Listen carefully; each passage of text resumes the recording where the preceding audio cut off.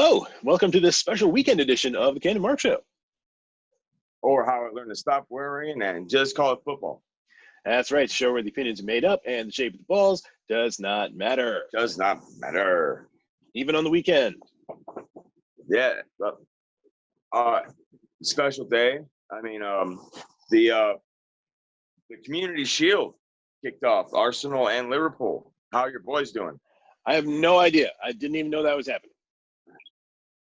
Either did I. My friend Jay Holloway, who lives out in Portland, while I was working this morning, he texted me, "Are you ready for the Shield?" Or he's like, "Are you ready for the Shield?" And I'm thinking, that TV show's been off the air for a while, bro. That's been years. And then it hit me. 1 second, let me just look up the score.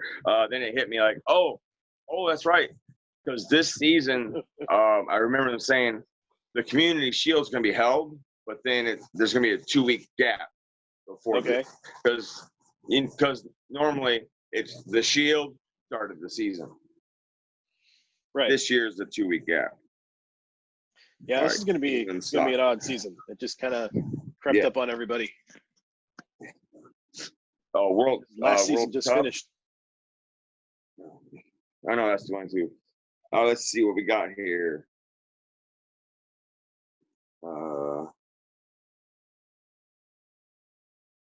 Some reason it's not telling me the score. I'll find it by the end of the game. But anyways, we have a special emergency podcast.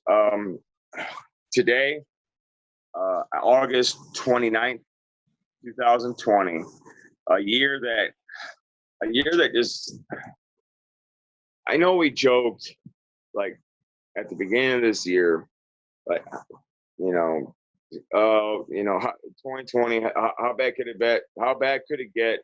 2019 was so bad. And, and which is normal because,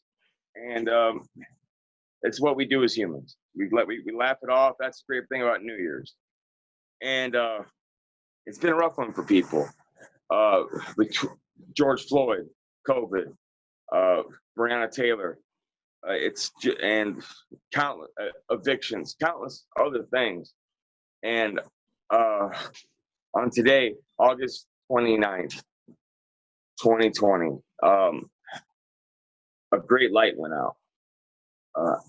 Actor and just all around, just good man. Chadwick Boseman lost his battle to colon cancer, a battle he had been fighting for 4 years. And in that time, he shot, I believe, 3 or 4 movies. I think it was like closer to 6 or 7, actually. Yeah.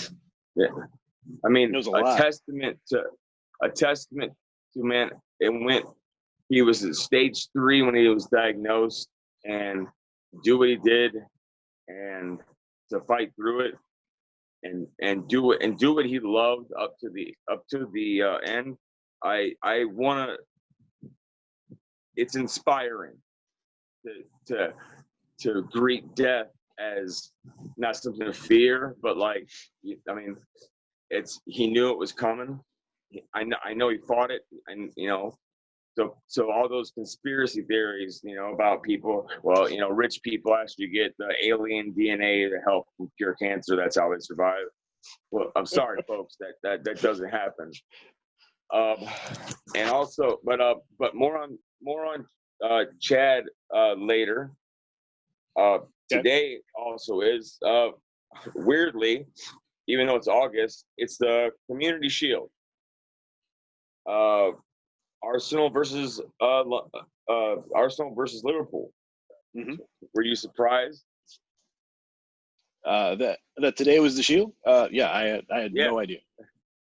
This season just kind of sneaking up on everybody because last season just ended. So like usually there's a 2-month break between the end of the Champions League and the start of the season, and this year it's been a week. So. Oh man, I know this is crazy, but we're not talking about sports. This is a special emergency podcast about losing a good man. But we're going to start happy, and we're going to slowly work our way down to Memoriam. And that's right. Leave them depressed. We're gonna that's what we do here at the Ken and Mark Show. That's our That's our specialty. That is what we do. On our last podcast, something that if we had done our classic love it, hate it, yes. my love would have been an event called DC Fandom, which like a DC version of their own Comic-Con. Mm-hmm. And I thought it was amazing what they did for people during this pandemic. Okay. It was a neat environment. I'll send you some trailers, or you can look it up for yourself. I would just like to point out 3 really awesome. I mean, too much to awesome to talk about, but I want to talk about Wonder Woman 1984. Okay. It deals with Maxwell Lord, who is played by Pedro Pascal. Yes. And Pedro Pascal of the Viper from Game of Thrones, and he's also the Mandalorian. He is teamed up with Barbara Minerva, who we all know as Cheetah, and they are going to go against Wonder Woman. The trailer, I mean, I don't know about you, but the whole going to the 80s and all the nostalgic and they wore weird clothes, and the art was weird, and the car, like, I'm tired of it. But the Wonder Woman and Patty Jenkins, it feels like they realize we're tired of it. And have you seen the trailer? Because it seems like they're working the 80s into it very well. I have seen the trailer, and to be honest, it's kind of completely turned me off this movie. I know it kind of puts me as an outlier in that I hated the 80s. I hated everything about the 80s, every single thing. And every time everybody tries to go back to the 80s nostalgia, it just turns me right off. And I don't understand why we can't. What is it about Wonder Woman that we have to keep making period pieces? Why can't she be modern? What is it about? Is it something about the character, or do we just not want to do a modern? Like, she now has 2 prequels to the Justice League. Like, why can't she have a contemporary story? I'll say for this reason, men higher up at Warner Brothers and Zack Snyder. I believe Zack Snyder, because he was kind of like the Joss Whedon and Kevin Feige of the big DC verse, with Man of Steel and Man of Steel, and then going right into Justice League. It made no sense. And I believe he had input, and I believe also that Sony execs, for some reason, forgot about the 90s and basically all of human history, that women, there was Catwoman with Halle Berry and Elektra with Jennifer Gardner. Yeah, they were flops, but there were, it wasn't because there was a woman lead. Those were bad movies. Would you agree? Yeah. Absolutely. I believe they're period pieces. For one, like, they had to set her during a war because you have to show Wonder Woman against not just men, but all the men. And not just all the men, but all the men with machine guns. Like, that way Look, the first one, I don't have an issue with the first one being a period piece. That kind of makes sense, like the whole Steve Trevor angle to the story and all that. That's okay. But I don't understand why we went from that one being a World War I film to Justice League being contemporary, and now we're going back to 1984. Why? Because for one, Warner Brothers playing catch up. You know how it is. We've talked about this before. Studios, for every Armageddon, you get a Deep Impact. For every the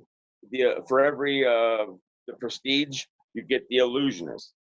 The '80s were hot. They're riding that '80s train, and Wonder Woman doesn't need the '80s help because to me they don't believe in her enough that Wonder Woman can't make them. They don't believe she'll be successful without a gimmick. That's why I believe, they didn't need, to me, they did not need World War One. It could have been flashbacks. You did not need a whole movie set in World War One. Wonder Woman works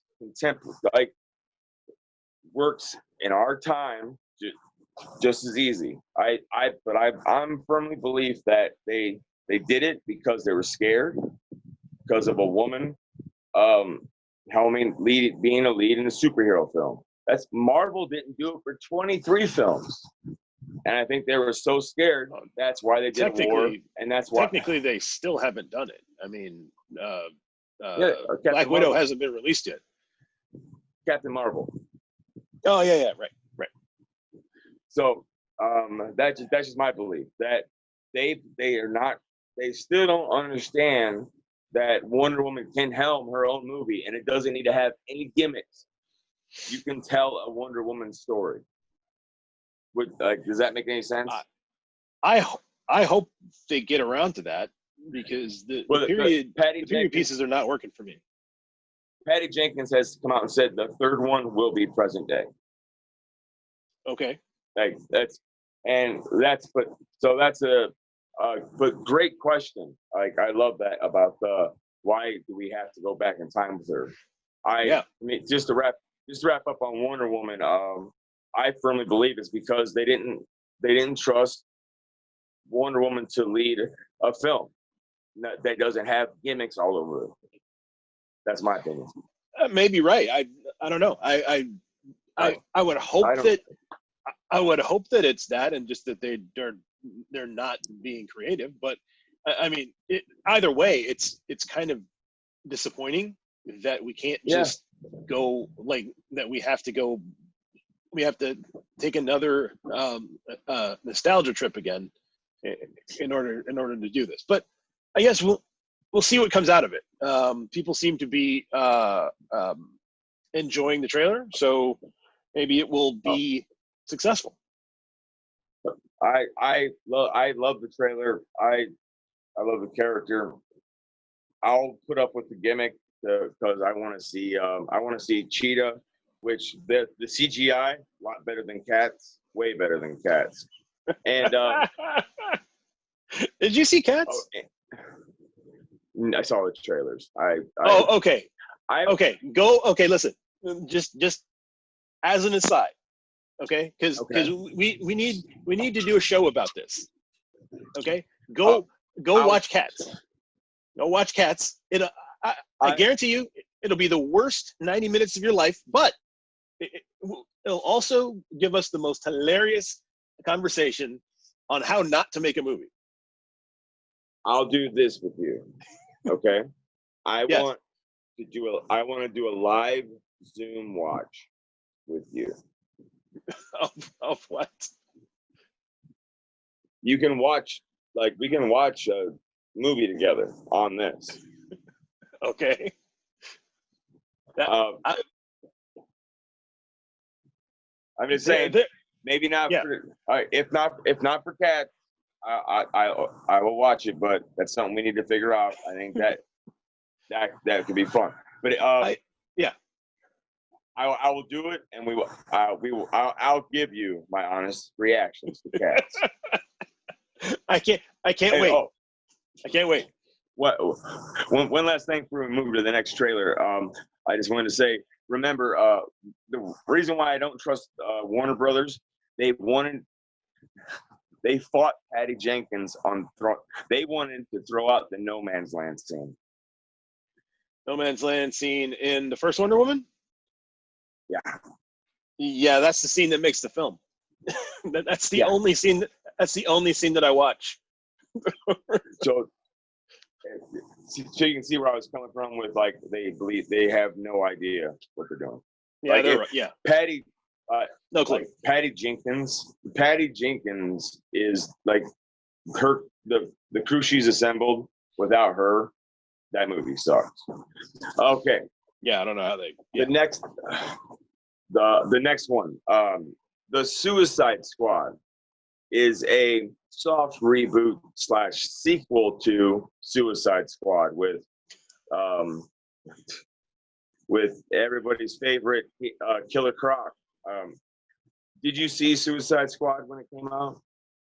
Not when it came out. I've seen it on television since, and I totally understand why nobody saw it. I saw it in theaters. Okay. And I'm a forgiving soul when it comes to movies. Even before I helped make some movies. Yes. I was forgiving. Yes. But I'm forgiving to a point. Yeah. When I feel I can edit better than you, when I feel like I could have shot that better than you, you've lost me. Yes. But we're not talking about that. We're talking about James Gunn gets fired from Disney over some old tweets that are dirty jokes that every person has told a bad dirty joke. He just happened to write his on Twitter. I don't believe James Gunn is a bad person. I'm glad, but what I am glad about, it fell him into DC's in Warner Bros. Lap. And you would think, just like they tried doing with Patty Jenkins, they'd probably mess it up. Oh no. They gave James Gunn, like they did Patty, full reign over his film and his production. Okay. The Suicide Squad. The Suicide Squad and James Gunn are perfect. He took Guardians of the Galaxy. I'd never heard of that comic book. When it was announced, I just you do a quick little Google or you hear about like Guardians of the Galaxy, what's the team? Okay, it's a guy Peter Quill, it's a super assassin Gamora, it's a genetically made alien Drax and a tree and a raccoon. What? Okay. Yeah. Have fun making that work and interesting. I would say the first Guardians of the Galaxy, spoilers, when Groot balls himself up as the Ronin ship is crashing, I cried. Yeah. I cried. I mean, I'm not like volunteers, but like it was I was like, this is my Star Wars. This is like what he did with Guardians of the Galaxy was beautiful. So now he's got the Suicide Squad, and instead of casting the A-list stars to play the A and B-list villains, no, he's cast some C-list stars, some D-list, a YouTuber to play villains that no one's heard of. Because you know why? It's this dude. I froze. No, you're good. Oh, sorry. You're still good. Yep. You're all right. Am I frozen? Oh, I thought you said. No, I thought you said Kenny. Like stop. Oh no. No. You're good. Oh, okay. Sorry about that. He got. Oh no, it's all right. So he got like C-list stars to play C-list villains, and even a YouTuber, Fula Borg, to play a German YouTuber to play a javelin. Okay. A guy, an Olympic star turned criminal who throws a javelin. Like, all right. John Cena as Peacemaker. His motivation, I guess, was you're Captain America, but you're a douche. His thing is he wants peace at no matter what the cost. He'll even kill for it. Okay. And so he's Captain America. So I don't understand. No, but he's Captain America that carries he's got a 45 caliber hand cannon with about a 2-foot barrel. Okay. You've got all these crazy cast of characters, and I love the tagline, "Don't get attached," because in the comic books, these characters, they should die. They should, like, the reason that they get 10 years off their sentence every mission, because most of them don't make it back.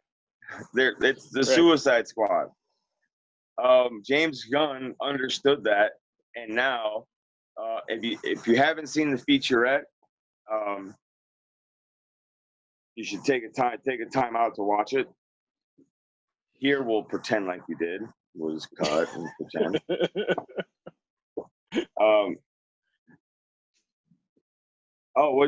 What'd you think, Mark? Oh, it was great. No, but anyways, just trust me. Just trust me on this. Just trust me on this, Mark. Do yourself a favor. It's about a 3 or 4 minute featurette. Okay. Just watch it, and I guarantee it, you'll love it. You'll add in a voiceover or something into this. But any thoughts on James Gunn? The thing with Disney. I know we're revisiting it, but all the buzz coming out of Suicide Squad. Have you heard anything? I don't really remember what happened with James Gunn at Disney, only that he was no longer there. Suicide Squad, this feels like the Hulk to me. Remember when we made the Hulk, and then a year and a half later we made the Hulk again, and it was still bad?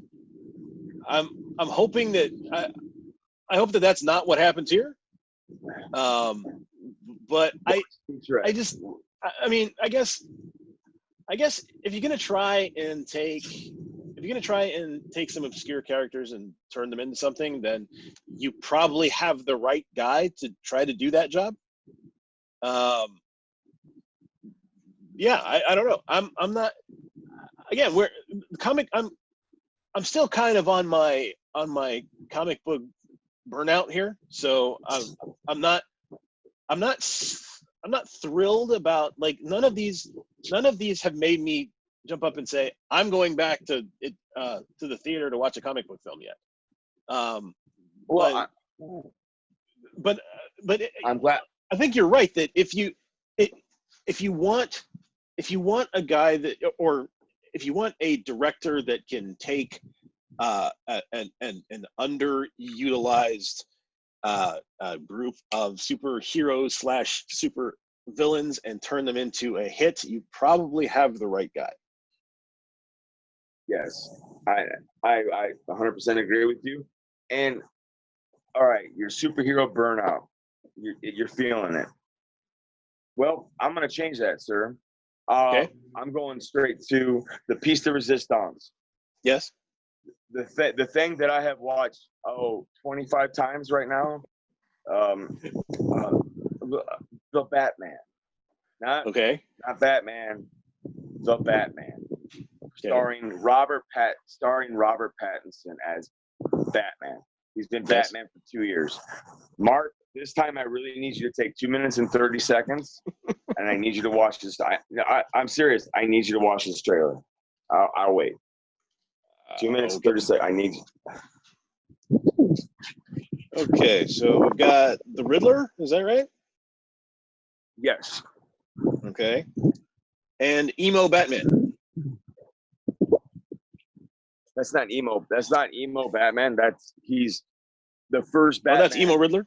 Actually, no, the emo part you're talking about, he's the first Batman to actually, instead of, when they take off the cowl, and the eye makeup magically goes away. Okay. Decide to leave it on? And what, from a person who has played Batman, taking off the cowl, and seeing the eye makeup, to me was like, I know it's something very little, but to me it touched a place in my heart. Like, thank you. Thank you for finally doing this right. Yes, because now understand, this Batman is in his second year of being Batman. Thoughts on the trailer? You cannot. You cannot. If you tell me anything other than excited, I'll tell you you're lying. So here's the thing. It did nothing. I like Jeffrey Wright as Commissioner Gordon. That seems kind of interesting to me. Right. Outside of that, though, another Batman movie? Like, okay. I mean, how many is this? This is I don't know, 5, 6 different Batman. Yeah, it's yeah. Sorry, he just happens to be the most like he's Sherlock Holmes. He's like Dracula. You can complain when a like character who's popular happens to be in a new movie? I mean, sometimes. I look. Okay, so take away all the other Batman things. Like, focus on this film alone.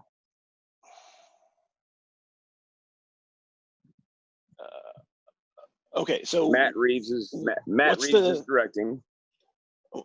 What's the question? Let me see if I can give a good answer here. Separated from all the other Batman. What is the question? Separated from all the other Batman. The question is, to me, I guess I really don't have. I guess the question to me, it had a different feel from any other Batman I've ever seen.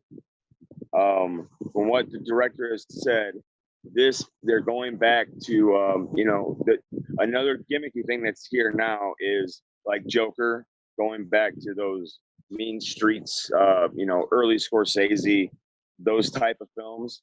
And this is actually going to be the first Batman film to actually explore the fact that he is the world's greatest detective.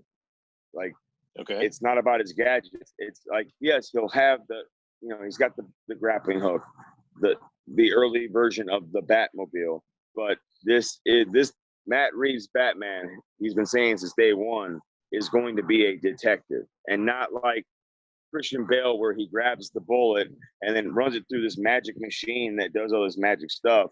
Like, he's actually going to, be a detective, and you have to use his mind as much as he uses his body to beat. As much as he uses his body to beat up victims, he's going to have to use his mind.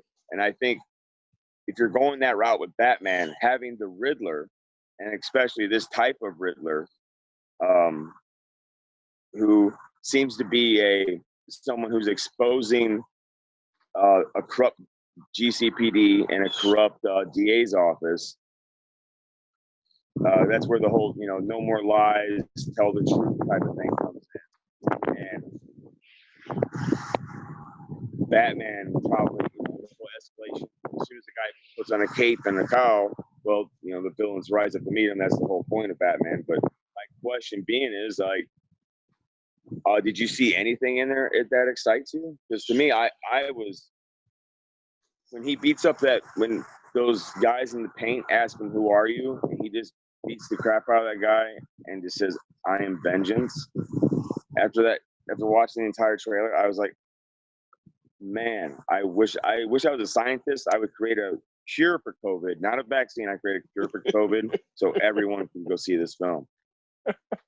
I'm okay. over the moon. I'm over the moon for this.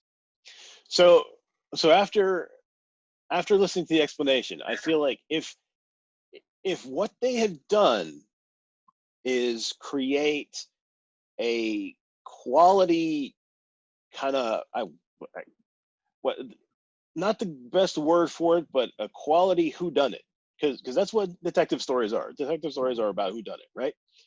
So if what they've done is create a quality whodunit that focuses on that part, and the cape and the cowl are kind of accessories, then I think that could be an interesting movie, and I might be interested in watching that.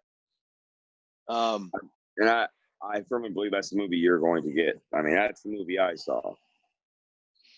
Yeah, outside of so outside of that, I would say not really. But if this is an actual quality detective story where Batman is kind of ancillary to it, then sort of like the first Jurassic Park. The dinosaurs are only in Jurassic Park for like 8 minutes of the entire film, and that's kind of what made the first one better than the rest of them. So if this is a focus on the detective side, I think that might be interesting to me. Because that's Matt Reeves' whole pitch to Warner Bros. About this is it's a Batman we haven't seen before. He's actually going to be Batman, like the Batman from the comics. Like Batman from the comics has always got to figure things out. And I love when the SUV crashes through and almost hits that kid, and Robert Pattinson as Bruce Wayne saves that kid, rolls out of the way, and then the guy comes out and he's got the phone and then the bomb and then that thing on his chest, like to the Batman, that little clue. Yeah, I love the fact, and I would bet money on it, because if you look on that SUV, there are words on it, but there's also lines like a crossword puzzle. Okay. Like, I think there'll be like, to me, that's, there's going to be things like that just happen. Like and to me, I've not seen anything where, because the Riddler, Jim Carrey's Riddler, for the movie they made, it was perfect, but I hated it. Like, I don't know if you saw Batman Forever. Most of those were terrible. Totally agree. After 1989's Batman, we went a long time before we got a decent one. Like, that's the only like it was probably the little, not the little boy in me, but the blossoming boy in me that loved Batman Return, because I love Michelle Pfeiffer in that Catwoman suit. I think I'm probably I see that Batman film through Michelle Pfeiffer colored glasses. Okay. Fair enough. I'm sorry. I really thought that this version of it being like, it's stripped down. It's not, there's like you saw the Bat Cave. It's not a bunch of flashy bells and whistles. I was really hoping that this one would. I was hoping I would. I was actually hoping I'd impress you a little bit. Well, okay. But, so I probably need to explain why I'm so burned out on these things, and it's really, it doesn't have anything to do with the characters. It's not that I don't find the characters interesting. It's not that I don't think they are entertaining films or they have value to people. I've kind of developed a philosophical problem with the concept of a superhero. And I feel like what we've done is we've kind of, over the last 15 years, when these things got really popular, since Iron Man, since these things got really, really popular in the culture, what we've kind of done is we've fed into this narrative that there's this savior that's coming to rescue us from our problems, and the police are incompetent, the government's incompetent, the citizens are incompetent, no one can do anything for themselves, and there's this one guy or one woman that's going to swoop in and clean everything up and fix up all the problems. And I feel like that's kind of, we've kind of primed ourselves to accept this type of, and I don't know how else to put it, authoritarianism, that there's this one savior that's going to fix everything for us, and that's just not the way it is. In reality, we have to solve our own problems. No one's coming to help, and none of these films, none of these characters reinforce any of that. So that's where my problem with this comes from. it's not that I don't think they're high quality movie, except Suicide Squad was terrible. But it's not that I don't think they're high quality movies or anything. I've developed that philosophical issue where it's just too hard for me to watch them and enjoy them now. Gotcha. I would argue that when it comes to Batman,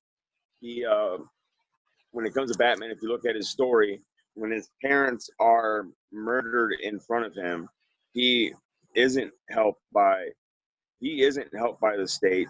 He isn't helped by the police. Granted, of course, he has plenty of money. But he goes and I think to your point, he helps himself to make the world a better place.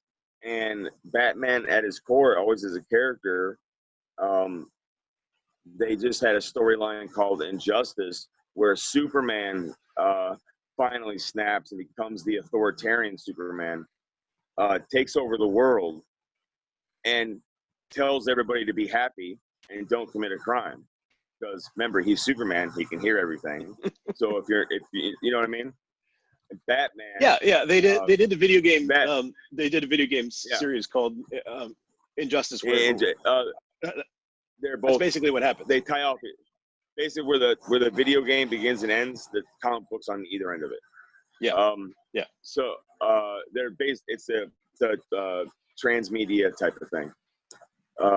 So with that being the cause, like Batman, to me, I see what you're saying. Mm-hmm. But to me, like, and it is a problem. And I can see with Trump, when you see a man that stands before people and says, "I alone can fix it." Yeah. And then you have superheroes doing like, but to me, I don't see the superheroes like that. I see that, like, to me, Trump doesn't remind me of a superhero who I alone can fix it. I alone can save the day. That's something like Lex Luthor would do, who's a villain. Like superheroes will. Right, but what is the difference? What is the difference between Lex Luthor and Bruce Wayne? They're the same guy. Luthor and Bruce Wayne. They're the same guy. No, I mean, you could. This is all right. Save this conversation. Okay. I want this. Save this conversation. But okay, that was DC fandom. Now, yes.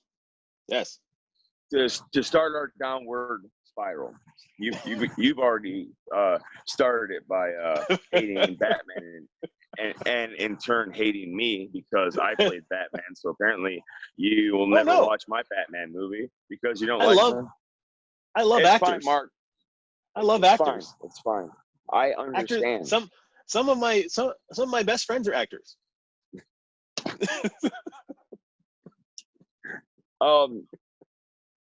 I to take that run. I've talked about his channel before on here. Nando B Movies. I love his. He's the guy I told you about who takes films and that are either good, bad, and different. You know, and what he does is pretends to be a script doctor and tweaks them to help them out, make them better. And sometimes he knocks it out of the park where I'm like, Hollywood, hire this guy. Like, I want to see his movie. Right. If Rise of Skywalker, if you anyone listening, you want to enjoy Rise of Skywalker, go to Nano B Movies and watch the 3 videos he's made on it. He redeems Ben Solo, and he makes Chewie an actual character instead of just being like, oh, here's Chewie.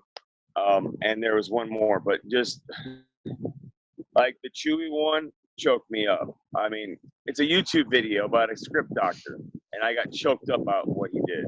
But he just released a video, and the title of it was, "I will not be reviewing New Mutants." And I was like, well, yeah, it hasn't came out yet. So I click on it, and he comes to state is, progress on his channel. I will not. He said, I will not be reviewing any new movie unless it comes out on a home streaming or some kind of service to where the masses can see it from the safety of their own home. Okay. He said he will not be reviewing any movies in theaters because he believes, what if I tell you it's great and you go out, and because there apparently movie theaters are opening up. He took the responsibility of himself. He's like, even though he knows, like, I'm not the biggest YouTuber, but I couldn't in good conscience do a review and then tell you to see something where then you could go to the theater, be a super spreader event, and then go home and kill your grandma because I told you to go see this comic book movie. And as I was watching, I was like, wow, man, that's just what a superhero would do right there. He's losing money on his channel by not reviewing these movies. He's hurting his wallet. That's his income, is YouTube. Mm-hmm. And we both know the life cycle of movie talk is about a week or two, and that's it. Yeah. And I watched it the next morning. This morning, I watched it yesterday. This morning, I woke up. A bigger YouTuber, Christopher Stuckman. His title of his video, New Mutants reviewed, or Tenet. No, it was Tenet. Tenet reviewed, and it hit me. It hit me. Because I was like, when Nando did it, like, oh, I bet a lot of people are gonna follow. Nope. Chris Stuckman cared more about money and getting that review out there. When we're during a pandemic, when people should nowhere near be a movie. No, they shouldn't be anywhere near a movie theater. Yeah. So I just wanted your opinion on the fact that of Nando and the fact that theaters and people making money off reviews that could potentially hurt people. What I'm saying make any sense? Because it kind of it hurt what he said. So I don't understand. I don't understand how we got to a place in this country where we can't agree that a disease that's killed 180,000 people is a thing that we need to take seriously. So I don't know how to answer. I don't know how to answer that question. Obviously, I think that he did the right thing. But, I do too. I don't like. It's tough, right? If that's his source of income, him not doing it is not going to prevent someone else from doing it, and the people are just going to go watch that, and they're going to go do stupid shit anyway because people are idiots. So I don't know that he should have to conform his business to protect morons. But at the same time, I do feel like, oh, hang on. Got some feedback there. I agree. Oh, yeah. Oh, there's a motorcycle or something on the bike. Do you hear a buzz? I did, yeah. It's a motorcycle. Okay. Yeah. So, but I think he did the right thing. I think that was wise for this moment. I wish I thought that it would make a difference on the larger scale. And after seeing Stuckman's, I saw a lot more of some of my favorite reviewers doing the same thing, and it hurt I just so happened to watch Nando's movies first, or video first, and after hearing the way he passionately said, like, he couldn't in good conscience, like, even though he doesn't, like, he's like, I don't know any of you personally. I live in Philadelphia, like this, that parasocial relationship, like, but I'm glad that to me, it made me feel good because that a person like him is in this world that, like you said, like, you shouldn't have to do it. You should be able to review the movie, and people should, but I understand where I just wish it just brought in the respect, like what's going on right now. That when it made me think about life and about getting ahead in this life. Right.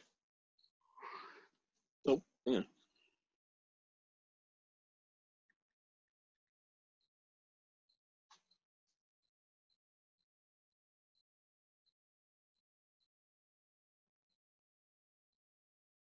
Have to do some things that are pretty, pardon my French, shitty.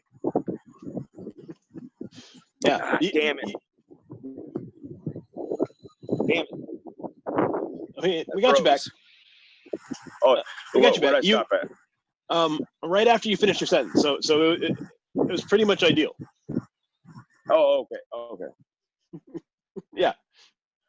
So you got did that? I mean, did that make any sense? What I said?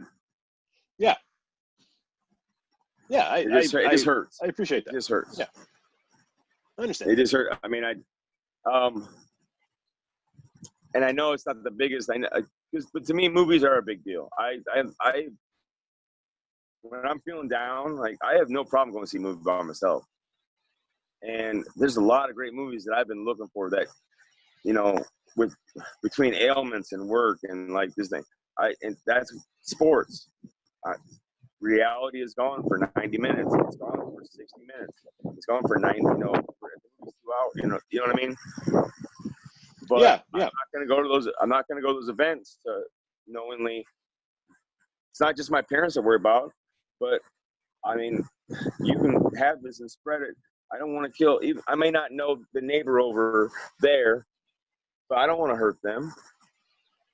I don't know them. It'll never affect my life. But like, right. And I just don't understand how we got to a point where this is even controversial. But that seems to be the point we're at. So, yeah, I don't know what to do about it.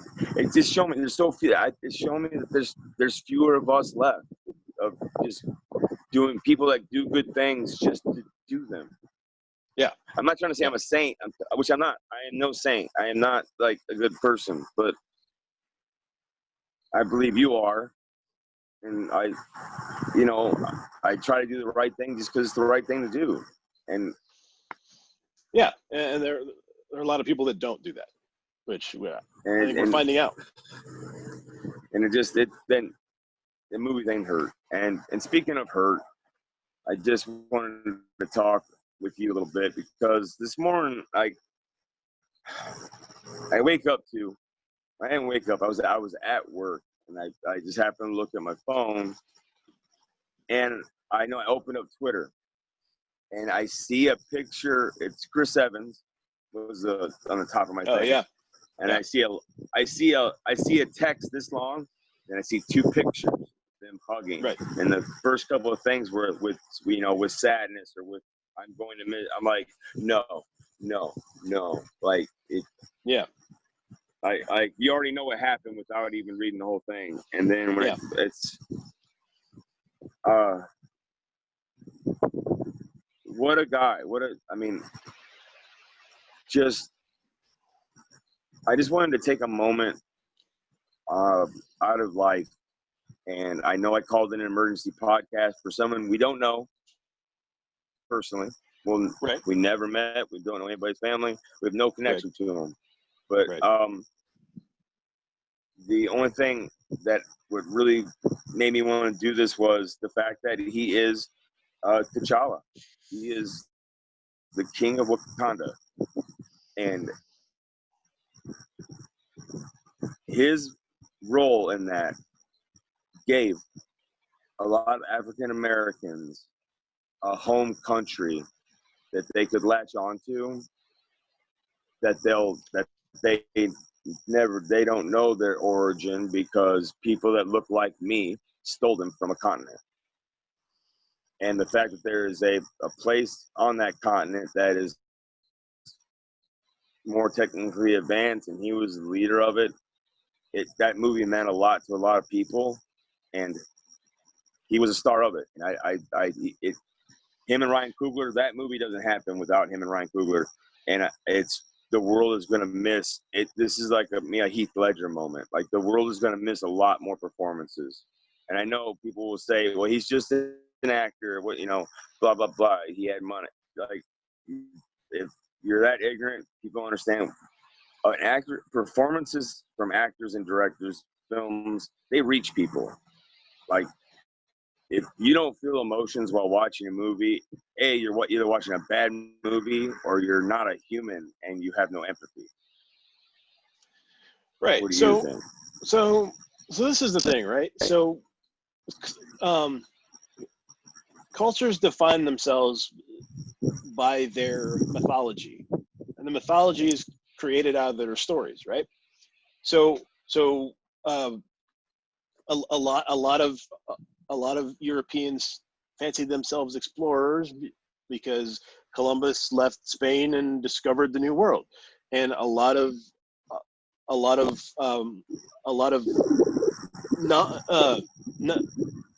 non-melanated Americans fancied themselves explorers because John Wayne rode out west.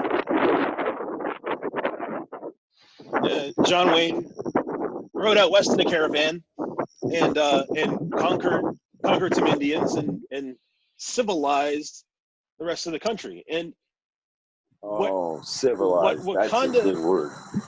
What Black Panther did for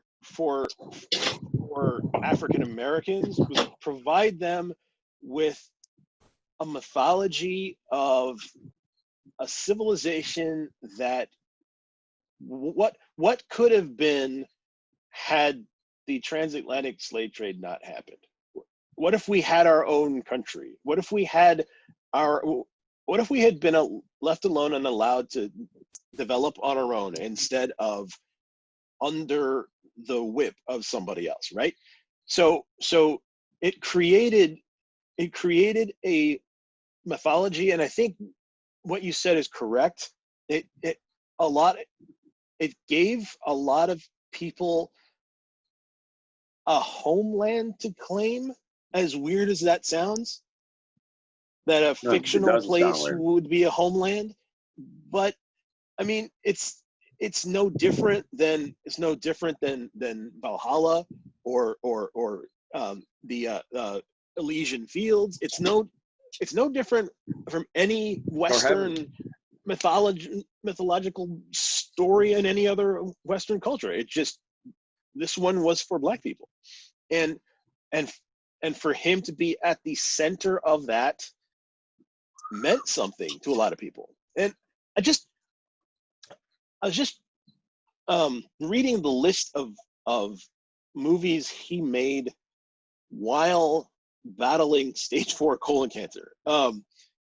He made Civil War, Black Panther, Infinity War, the one after that, 21 Bridges,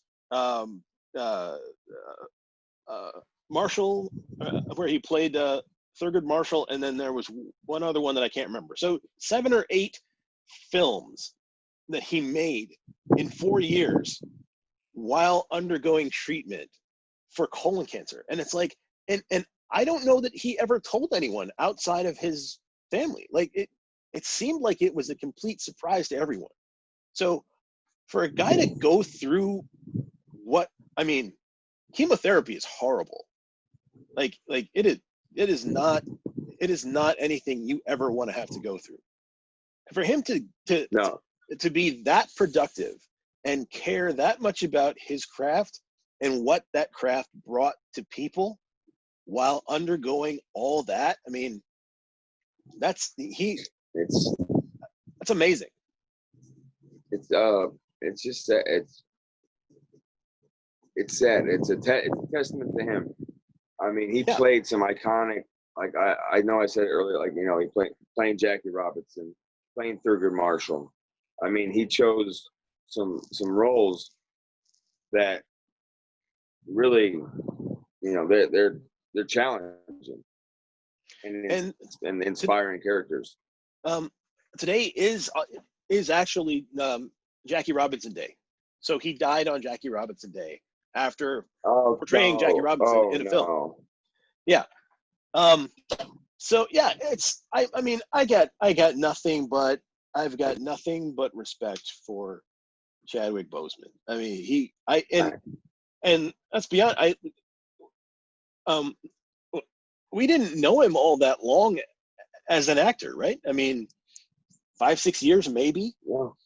We knew who Chadwick Boseman was, but in that amount of time, the body of work that he put together in that amount of time, and the representation he gave to people, it's just it's immeasurable.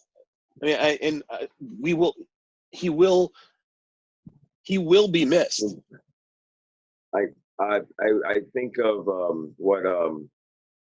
when Keanu Reeves was on Stephen Colbert, and yes. I think it was John Wick 3, and they were talking, and there was some light banter, and death came up, and Stephen playfully kind of asked Keanu, "What do you think happens when we die?" Right. And instead of like kind of the playful banter kind of stuff, and like Keanu, everybody's kind of chuckle a little bit because it's Keanu, and his thinking face is kind of like whoa. But he said, what happens when we die, I think the ones that miss us, I think the ones that love us will miss us very much. That's like, yeah. Wow, it just like that right there. Like I think about that from time. Like he was much loved. I wish I knew more about him. I know he touched a lot of people. A person like that, it reminded what happened was, you had asked earlier about man, like,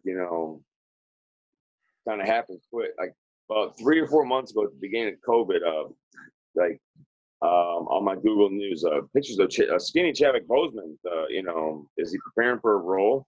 There's a picture of him in like LA Gazette or whatever like that. But he was carrying groceries, and he looked like I did. Remember when I was really skinny? Yeah. It was like Chadwick Boseman looked like that. Right. And going from, and only about it being in I think in LA he was able to hide it because you could always say he was preparing for a role. And right. I don't want to keep you too much longer, but I will leave us out on a happy note. A piece of trivia that a question will never be asked of you this, but you will know this. Do you know his first movie? Chadwick Boseman's first movie? Yes, his first in Wikipedia, his first credited Hollywood film, I should say. I want to say, was it? Is he one of the kid? Is he one of the kids in the? No, he's not that old. Well, maybe is he one of the kids in the barbershop at the beginning of Malcolm X? No. Actually, okay. When I just looked up on Wikipedia,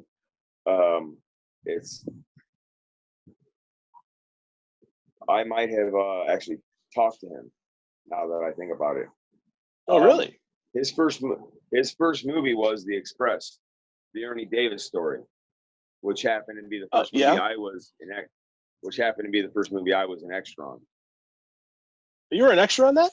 So I was on it for. I worked on it for 2 weeks. Oh, nice. What did you do? You can see me in it. I'm a waiter.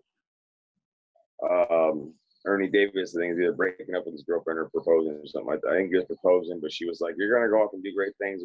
He was the first Black Heisman Trophy winner, and like their table's in focus. But I'm like, my friend is the one that found me.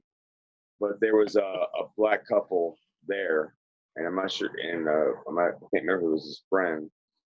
But when I just saw that, I'm thinking, oh my God, like that's weird. Oh wow, yeah, like, that's crazy.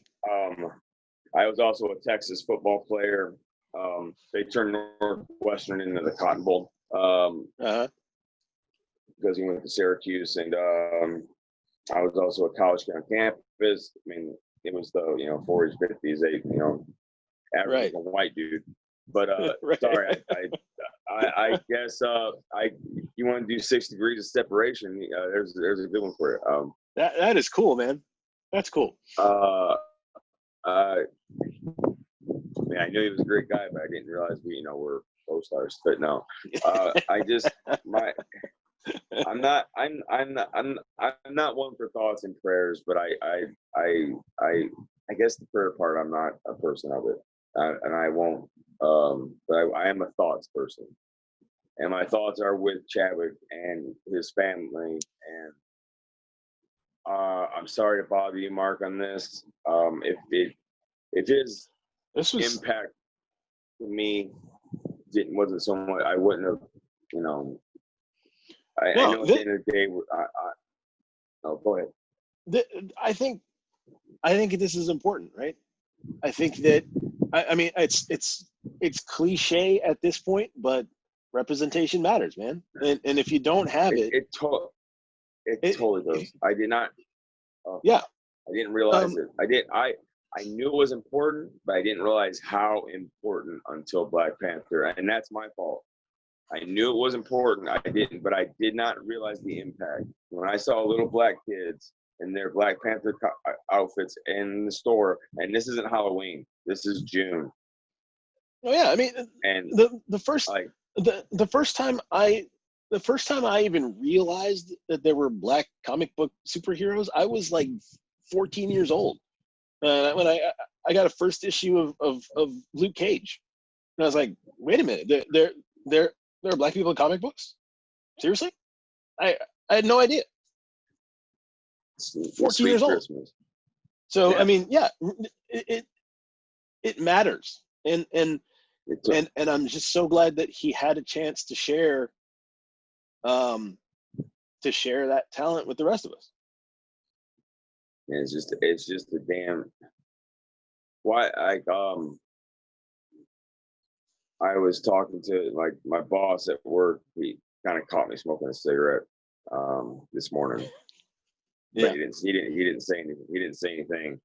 And then I told him, Did you hear what happened?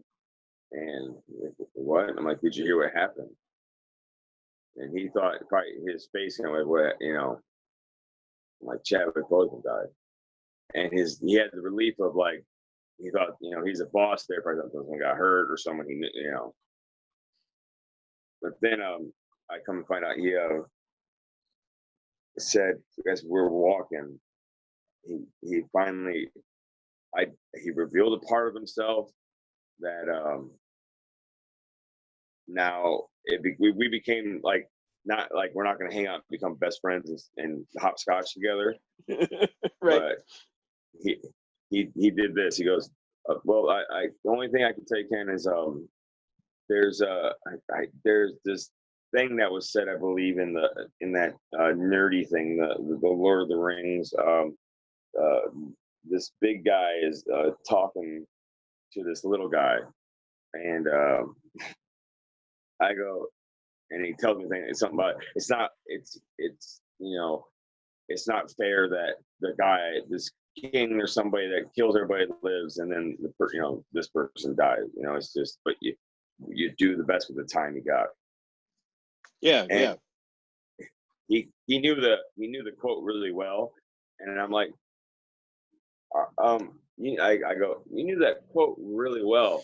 So you're pretending you didn't know it was Gandalf and Frodo? And he kind of, I'm like, your secret's safe with me. He goes, I go, man, I love that stuff. And he was still a little hesitant. And then yeah. As we're walking, I had a broom with me, and to finally get him out of his shell, I stopped and I go, Adrian Garber, do you take me up for a conjurer of cheap tricks? And after that, nice. He admitted, I love it. I love Lord of the Rings. I love all that stuff. I was like, dude, I'm a nerd too. And then he's like, and I love science and all that stuff. I'm like, dude, me too. Like, bro, I was like, man, anytime there's a discovery, like, just come on back and talk about it. It's like I almost saw like metaphorical weights like fall off of him. It was a good moment, and that moment. That's great. The connection between me and my boss only happens because of this tragedy, and I'm not being metaphysical with crystals, like we're all connected, but still, if not for that guy and him being who he was, that moment, I'm not close to my boss right now. So it's just that's great. That's what it's about. And that's what it's about. And it reminded me of our logo. I mean, I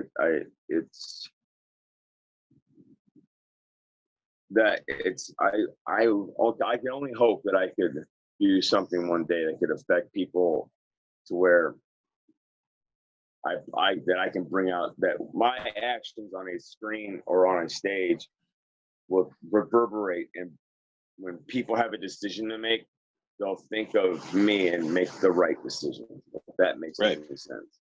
Yeah, it does. Yeah. And I thank you for taking your time out of your day, Mark. I know you're a busy man. I know you got your housework to do. No problem, man. I appreciate it. I think this is, totally worth it. Totally worth it. So I have no. Yeah. I mean, I've got a car broken down. I got it fixed, or I'm not getting it. Yeah, you should do that. Yeah. I'd be remiss by saying, I mean, I appreciate you so much as a friend. Like, I mean, I consider you family. I consider you a brother to me. And thank you. And the cliche thing of like, say things to people you love, because you never know when you're not gonna be able to say it to them again. And that's right. Unless they hate Batman, then get them out of your life. I love you, man. I love you too. I love you too, bro. I'll let you get back to it, man. I love you, man. Thank you for being there for me. Thank you for listening to me. Thank you for putting up with me. I don't know how you do it. Hey, thanks for the suggestion. I think this was a good. I think this was a good idea. I'm glad we did this. I am too. And it didn't go. I know I promised you a short, sweet. We'll cut. It just. Sorry. When I edit it down, you won't even know. 25 minutes, tight, right in there. It'll be just 10 minutes of me apologizing to you. Sorry, Murph. I'm sorry. I'll just leave that part in, and then you can cut the rest of it. Yeah. All right, man. I will see you later this week. I'll see you later. And to sign off, Wakanda forever. Later, bro. See ya.